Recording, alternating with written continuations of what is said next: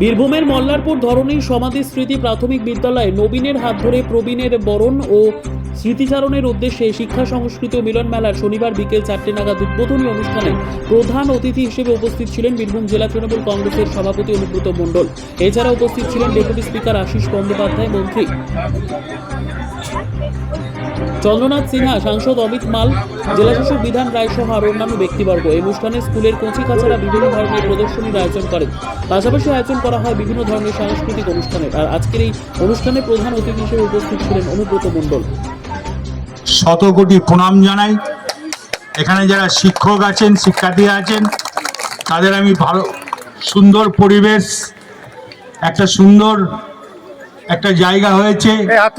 আছেন আমার ভাইয়ের মতন অভিজিৎ, এখানকার আপনাদের বিধায়ক, এমএলএ আছেন, ধীরুদা আছেন, এডিএম, জেলা পরিষদ আছেন, ত্রিদীপ ভট্টাচার্য, গগন সরকার, নারায়ণ হালদার এবং পুলই মাস্টার আছেন, স্কুল বোর্ডের চেয়ারম্যান।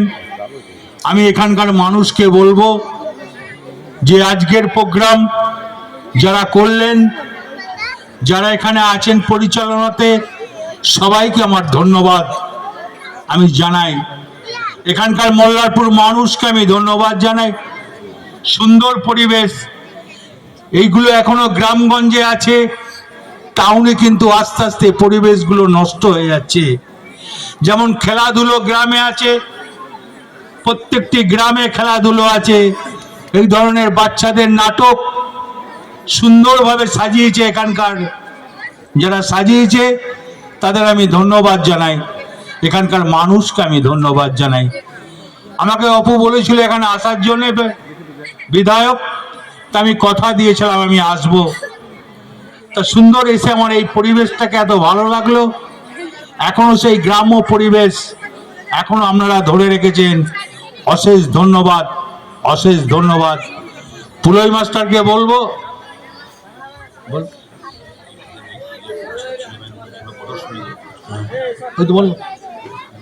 হ্যাঁ ওটা বলছি। প্লাস স্কুলে ঢুকে যে প্রদর্শনীগুলো ছেলেমেয়েরা এখানকার স্কুলের করেছে, তাদেরকে নিয়ে অশেষ ধন্যবাদ জানাই।